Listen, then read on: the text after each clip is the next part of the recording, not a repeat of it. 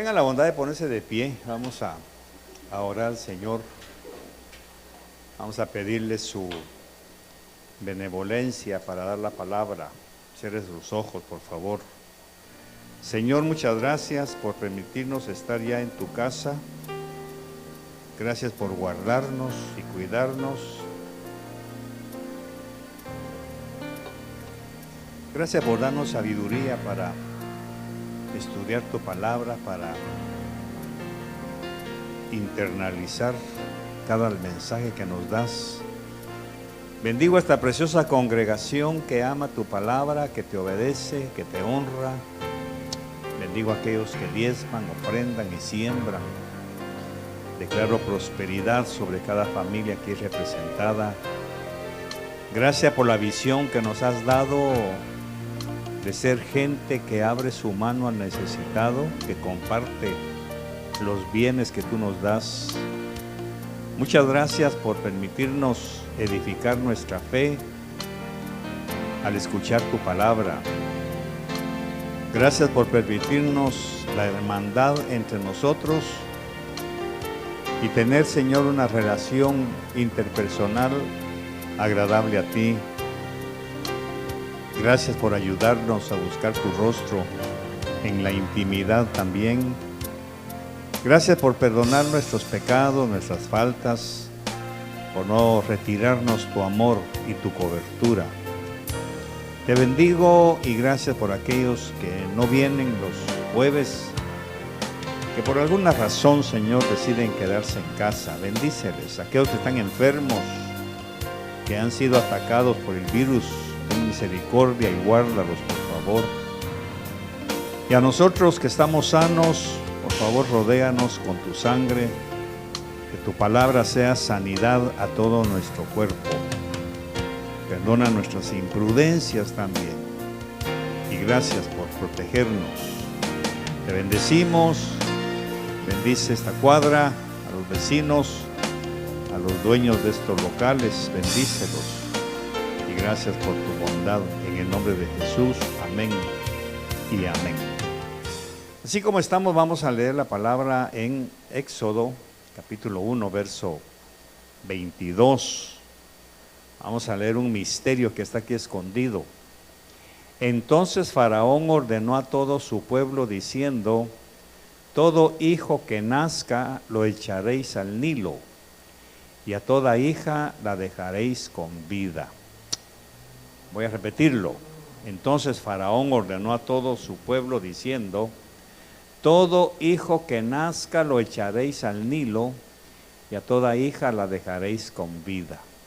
Tenga la bondad de sentarse. Cuando uno lee la Biblia, debemos leerla como decía uno de mis maestros, hay que leer la Biblia con ojos nuevos. Ojos nuevos porque la costumbre de leer la Biblia hace que uno vaya pasando por alto algunas cosas y ya no las toma muy en cuenta. Y entonces es cuando uno empieza a perderse algunos misterios que están plasmados en la palabra. Cuando Jesús le dijo a Nicodemo: ¿cómo es que tú, siendo maestro de la ley, no sabes lo que estoy hablando? ¿Qué tal si te hablara de los misterios del reino? Entonces eso nos abre la posibilidad y la enseñanza de que el reino de Dios es un misterio. Y ese misterio hay que estudiarlo. Y se estudia, la única manera de estudiarlo es escudriñando. Pero escudriñar también tiene sus vaivenes, porque no es lo mismo leer la palabra que escudriñarlo. Escudriñar significa escarbar, hacerle preguntas a la Biblia. A medida que uno va creciendo poco a poco en el conocimiento de la palabra, en el conocimiento de Jesús, en la interrelación personal con el Espíritu Santo, cuando uno lee la Biblia con ojos nuevos, significa que ya no la lee de corrido, sino que va pasando va tomando en cuenta algunas palabras y algunas expresiones y uno le pregunta a la Biblia. Por eso es que he aprendido que cuando la Biblia dice que la palabra es viva y eficaz, más viva y eficaz que espada de dos filos, y cuando Juan dice que en el principio era el Logos, y el Logos era Dios, y Dios estaba con él, y Dios era el Logos, quiere decir que la Biblia es el Logos, la Biblia es Jesús, Él es la palabra, Él es el verbo. Entonces cuando yo leo la Biblia estoy leyendo a Jesús. Ahora el siguiente nivel de leer la Biblia es hablar con la Biblia. Ese es el asunto. Hablar, ¿qué significa esto, Señor? O sea, cuando usted está leyendo la Biblia de una forma privada, esquemática, llega un momento en que el Espíritu Santo lo reta, lo desafía y le pone algunos principios, algunos lo que se llaman los remas, el rema de Dios, sobresalta algo y uno dice en ese momento mentalmente hay un diálogo. ¿Qué significa esto, Señor? ¿Por qué está eso ahí? ¿Qué está haciendo eso ahí? Y lógicamente los traductores han tenido que tener mucho cuidado de no mover comas, de no mover puntos, de no mover guiones, porque hasta el silencio que guarda la Biblia son palabras, eso lo saben los músicos. Hay música que los silencios son música también, no hay nada ahí, pero no está vacío el pentagrama, hay una nota de silencio que sirve como música. Entonces la Biblia también tiene eso.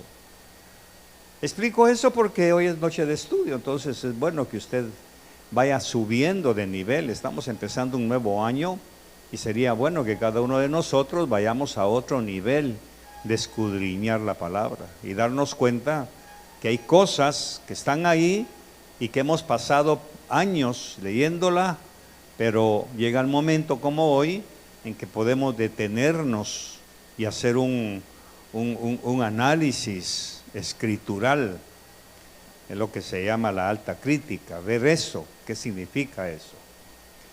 ¿Qué sabría Moisés, qué sabría Faraón? ¿Qué sabría Faraón que nosotros no sabemos con respecto a la mujer? ¿Qué sabría él culturalmente hablando que nosotros no conocemos? Cuando se supone que nosotros debemos conocer más que los egipcios. Pero en este caso Faraón, que es el rey de Egipto, conoce algo que nosotros no conocemos. Y entonces viene la pregunta, ¿cómo es que él supo algo con respecto a la mujer? No tengan pena que hoy no voy a hablar nada de responsabilidad de la mujer en sí, pero sí voy a hablar del valor que la mujer ha tenido desde siempre. Primero, para que usted no se menosprecie. Segundo, para que sepa perfectamente qué es lo que se espera de cada uno de nosotros con respecto a la mujer. No voy a hablar ni de preñez, ni de responsabilidades, sino voy a englobar lo que la palabra me permite dejar plasmada esta noche. Cuando la Biblia deja palabras, hay que detenernos y preguntarle por qué dejó eso ahí. Y aquí está la clave de todo. Entonces Faraón está asustado porque el pueblo de Israel, primero debo decirle que este Faraón no es el Faraón que conoció José. Este es el nieto de Faraón. No voy a entrar en nombres porque, ¿para qué? Tendría que hablar de Setnosis, tendría que hablar de sus grandes faraones, pero no lo voy a hacer así puntualmente. Entonces José conoce a un faraón, que es cuando empieza la historia hebrea en Egipto. Es este faraón que lo sube a ser ministro, le da un puesto de importancia porque le interpretó los sueños. Debo decirle que cuando Faraón le cambia el nombre a José, entonces significa que es el hombre que interpreta sueños. Y lo pone a su lado y le dice, solo yo soy mayor que tú en el reino. Recuerde que la Biblia habla siempre de reinos. En este caso, el reino de Egipto. Por eso es que nosotros sabemos, hoy, 2 o 3 mil años después, sabemos perfectamente que nosotros pertenecemos al reino de los cielos. Pero anteriormente vivíamos en el reino de Egipto, porque ellos también tienen su propio rey, que era el rey que nos gobernaba a nosotros. Cuando venimos a Cristo, nos cambiamos de reino. Y cuando no entendemos eso, navegamos en los dos reinos. Ese es el problema. Estamos viviendo o dependiendo espiritualmente hablando del reino de Dios, pero con un pie en el reino del mundo. Y ese es el problema de muchos cristianos, que no han llegado a comprender que el Señor lo que hizo fue sacarnos del reino de las tinieblas a su luz admirable. O sea, la lucha dentro de nosotros o en nosotros es lucha de dos reinos, el reino de la luz y el reino de las tinieblas. Dependiendo a cuál me dedique más, así va a ser la definición de mi vida.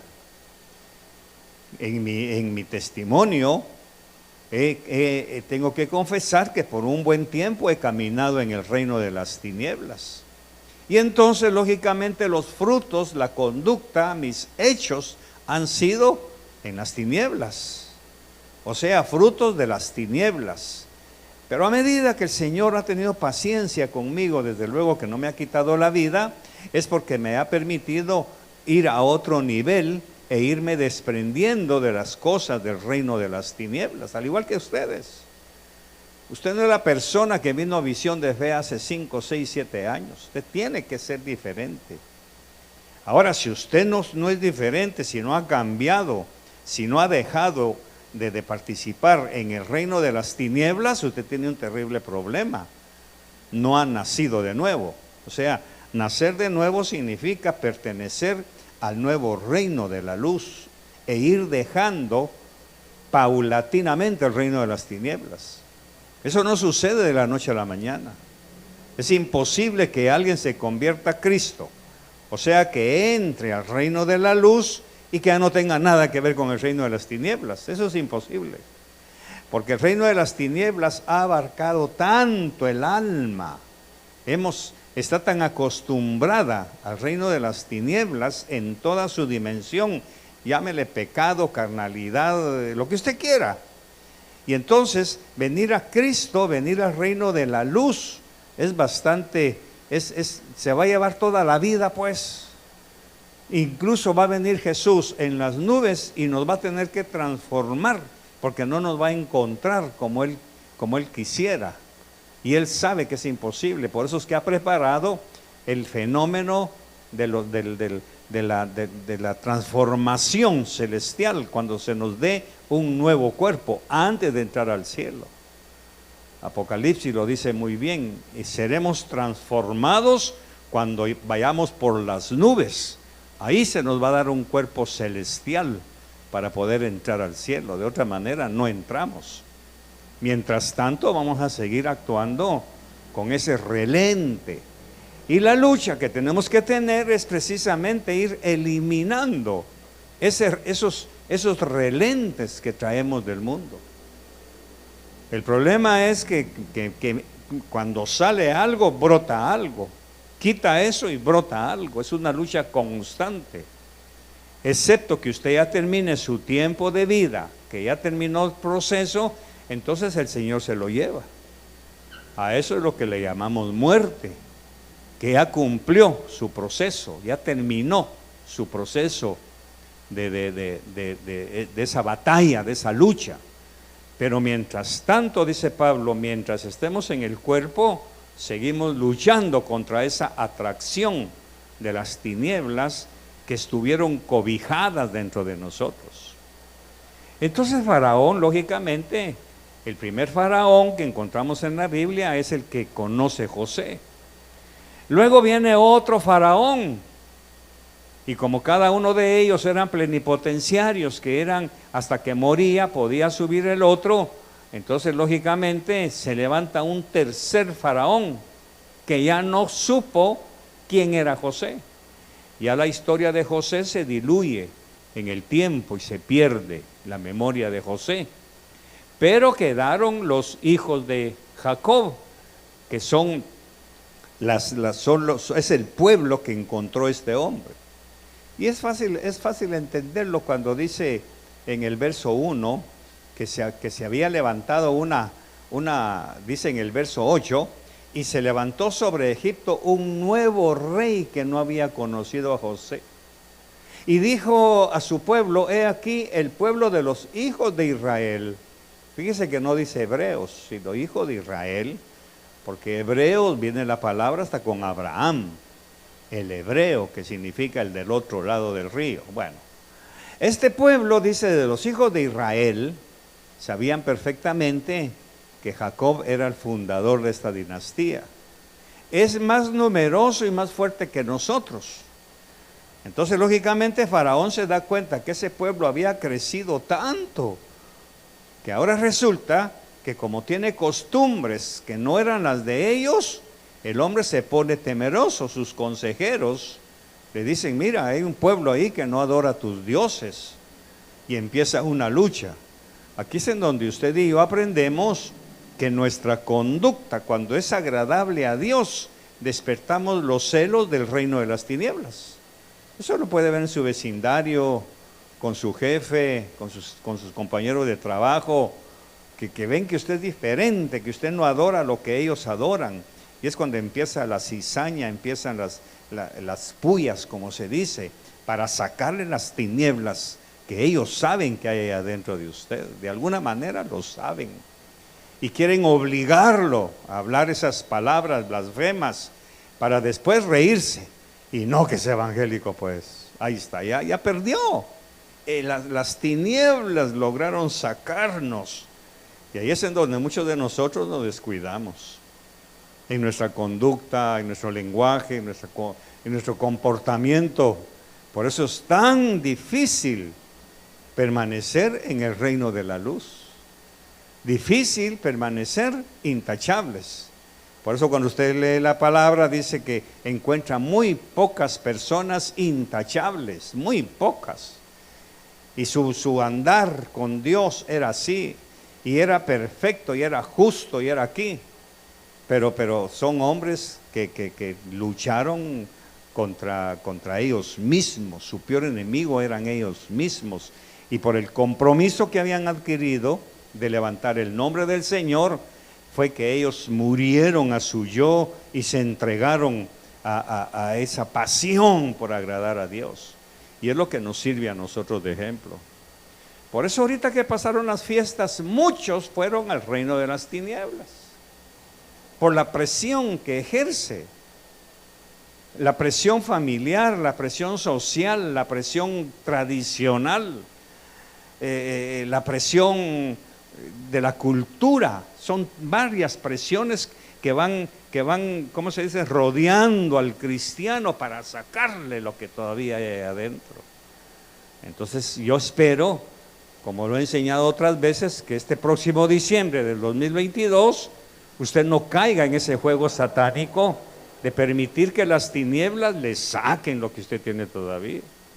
Suficiente problema tenemos con las diferentes fiestas paganas que vamos a encontrar en nuestro camino, como para perder de un solo plumón lo que hemos ganado durante el año. Usted va a ir eliminando algunas cosas que el paganismo exige de nosotros, y se necesita mucho carácter. Por eso es que Faraón se dio cuenta: este pueblo no es igual que nosotros, hay que hacer algo contra él, hay que acabarlo. Y entonces es cuando nace el principio faraónico, cuando dice en el verso 8, y se levantó, y en el verso 9, y dijo a su pueblo: miren ustedes, el pueblo de los hijos de Israel es más numeroso y más fuerte que nosotros. ¿Cómo es posible que unos esclavos iban a ser más fuertes que los libres, aparentemente libres? ¿Cómo es posible que un puñado de gentes, recuerde que habían entrado 70, y de los 70 en este momento de la historia ya van siendo aproximadamente 2 millones, sí que se multiplicaron.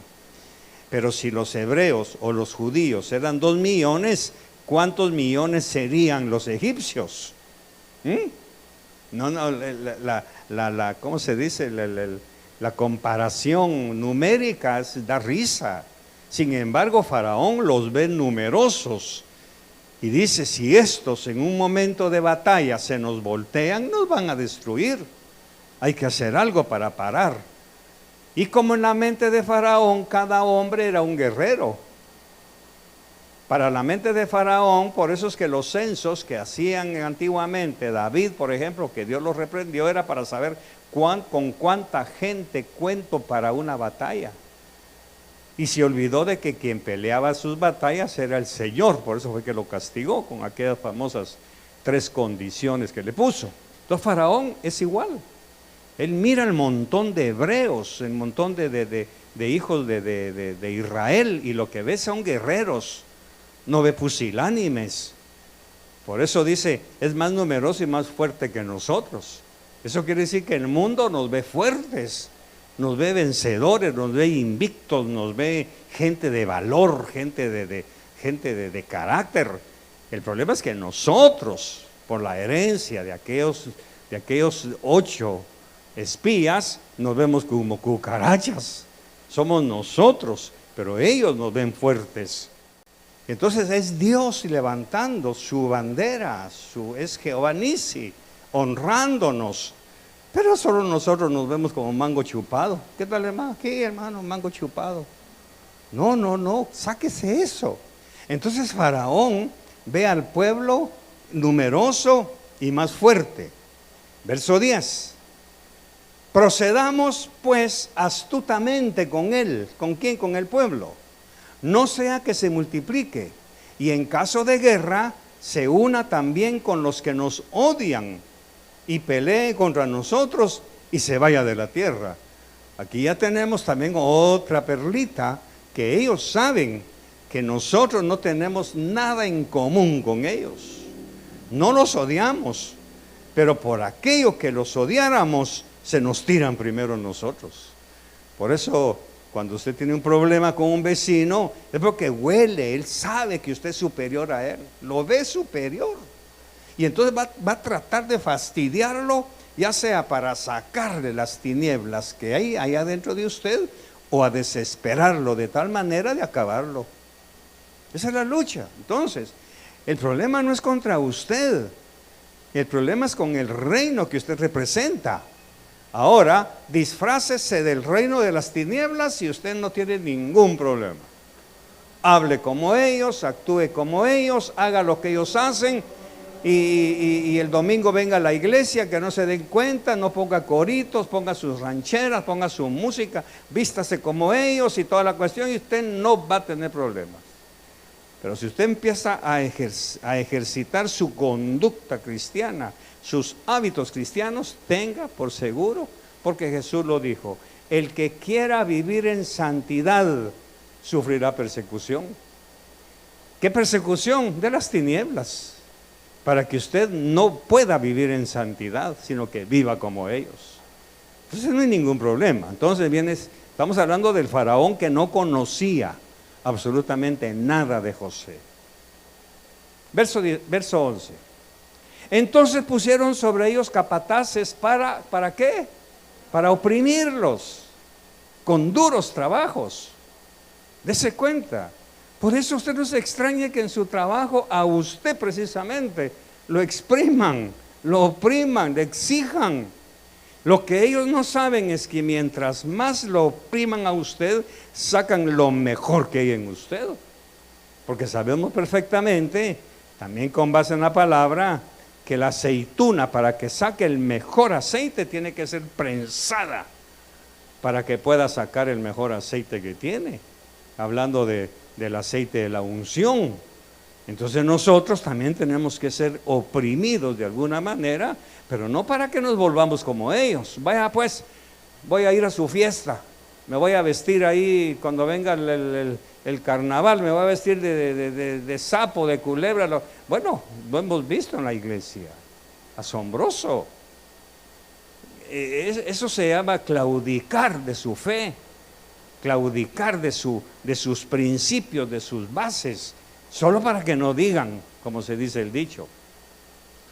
Entonces pusieron sobre ellos capataces para oprimirlos con duros trabajos, y edificaron para Faraón las ciudades de Almacenoje, Pitón y Ramsés.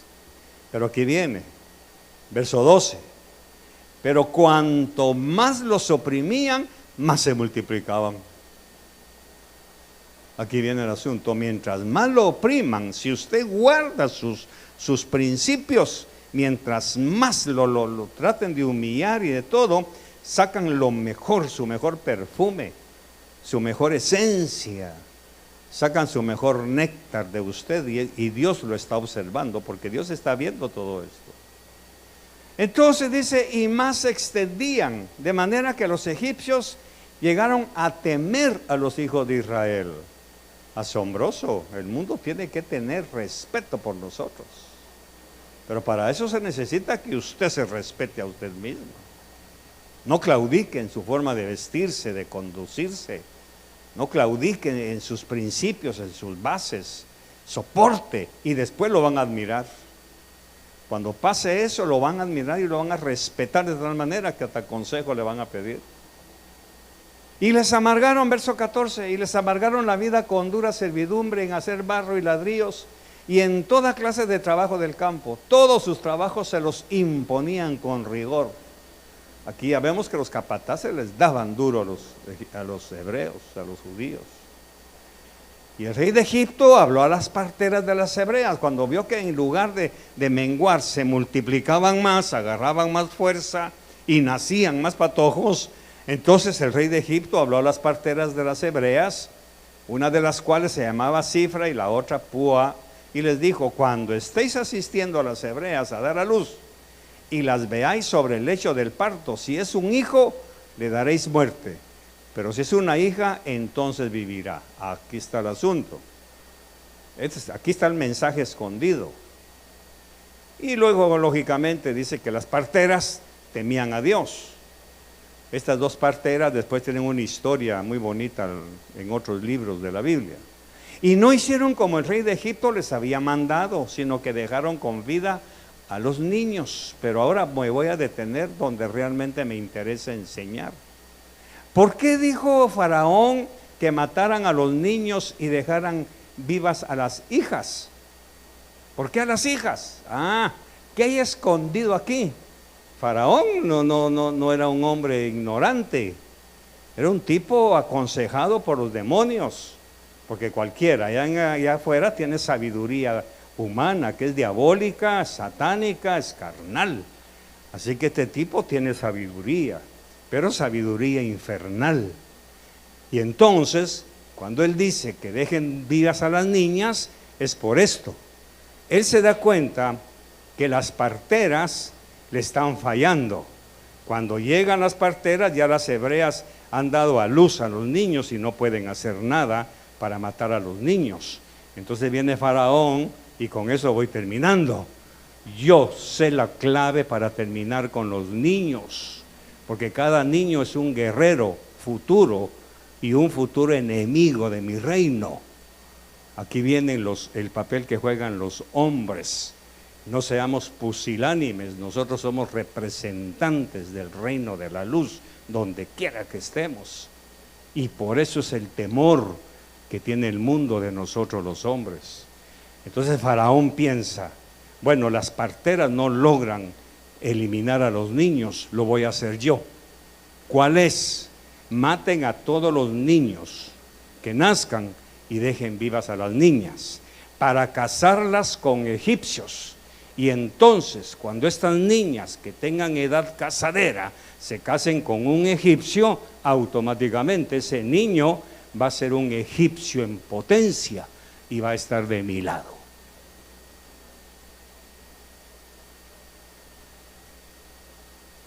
Les dejo un segundo para que lo asimilen.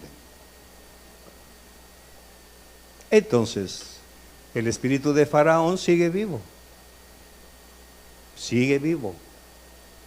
Y le lleva unas ganas a sus hijas para que se casen con los hijos de las tinieblas. Faraón sabe perfectamente, porque el diablo se lo ha haber soplado, que quien da la identidad es la madre, no es el padre. Nos vamos a ir, teóricamente hablando, a Éxodo. Y un hijo de los hijos de Israel blasfemó del nombre. Y su madre era Selomit, hebrea, de padre egipcio. Y blasfemó el nombre.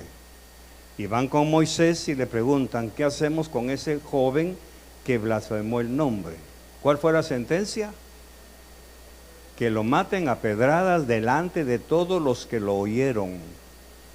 Ahora la pregunta es, ¿por qué ese joven blasfemó el nombre de Jehová? Porque su papá era egipcio. En consecuencia, el padre le inculcó su cultura anti Dios, por así decirlo. Porque Selomit, que significa liviana, se enamoró de un egipcio, se casa con él y tiene un hijo. Y la cultura del padre influyó. Y la madre fue incapaz de cambiarle esos genes espirituales. De manera que su hijo terminó blasfemando el nombre del Señor en pleno Éxodo. Y tuvieron que matarlo a pedradas. Faraón sabía, retrocedo, que quien impregna la nacionalidad evangélica cristiana de consagración, de santidad, es la madre. Entonces la única manera de eliminar al pueblo de Israel como guerreros era dejar vivas a las niñas para que cuando tuvieran edad de casarse, se casaran con egipcios. De ahí van a ser una nueva raza simbiótica de judíos con egipcios. Pero ¿qué nacionalidad va a pesar más? ¿Qué carácter va a pesar más? El egipcio. Y eso lo vemos hoy. En donde es la madre la que permite que sus hijos sean absorbidos por la cultura egipcia. Y no se dan cuenta que están perdiendo a los herederos del reino de la luz. Los están perdiendo. Aquí es en donde caigo mal. Porque lógicamente, aparentemente le echo la culpa a la mujer, pero no soy yo, es la palabra. Faraón sabía, maten a todos los varones para que cuando las niñas quieran casarse, ya no haya hebreos, sino solo egipcios. ¿Y qué tenemos hoy en la iglesia? Una muy buena cantidad de niñas están por casarse con egipcios. Pero pastor, el novio de mi hija va a la iglesia. Sí, pero ¿cuál es su costumbre? ¿Cuál es su cultura? ¿Cuáles son sus genes? ¿Cuáles son sus herencias? Porque el hecho que cante coritos, que esté en la Biblia, que esté en la iglesia, que incluso tenga ministerio, incluso que predique, puede ser un egipcio disfrazado de hebreo. Dicho en las palabras de Jesús, puede ser un lobo vestido de oveja. Ahora se supone, ¿quién está al cuidado de los hijos? Es la mamá, otra vez la mamá. Entonces es la madre, como en el caso de Selomit, que por mucho que quisiera meter a ese hijo, a este muchacho híbrido entre judío y egipcio, por mucho que ella hubiera querido meterlo a la cultura hebrea, no pudo. Al final, en un arrebato juvenil, maldijo el nombre de Jehová y murió a pedradas. Ahora regreso. ¿Por qué la Biblia me da tanto detalle con respecto al nombre de la mamá? ¿Por qué me da tanto detalle con respecto a su casamiento con un egipcio? Para ver que de ahí salió este muchacho que fue sacrificado a pedradas. Regresando a los primeros capítulos de Éxodo, ahí está la raíz. Faraón ya sabía, dejen vivas a las niñas porque ahí voy a terminar con el pueblo hebreo, con los hombres.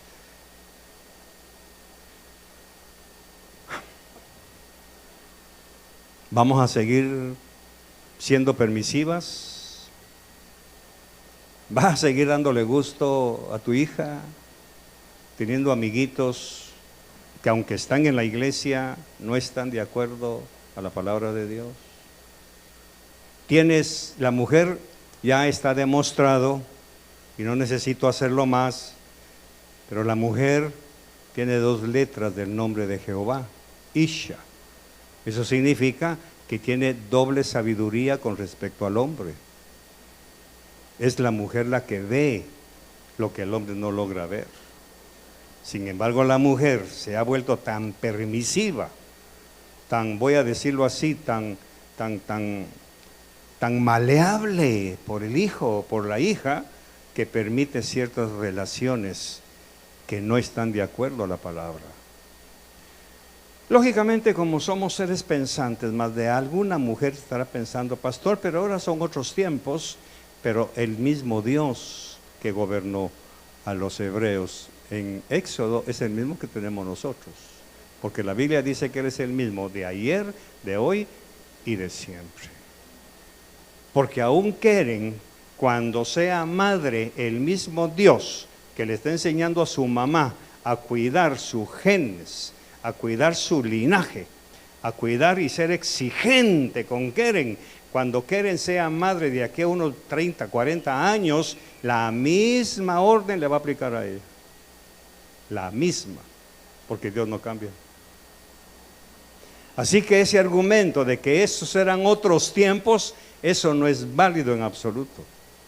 Porque si así fuera, los mandamientos ya no nos aplicarían a nosotros. Entonces, ¿qué dice en el libro de Hechos?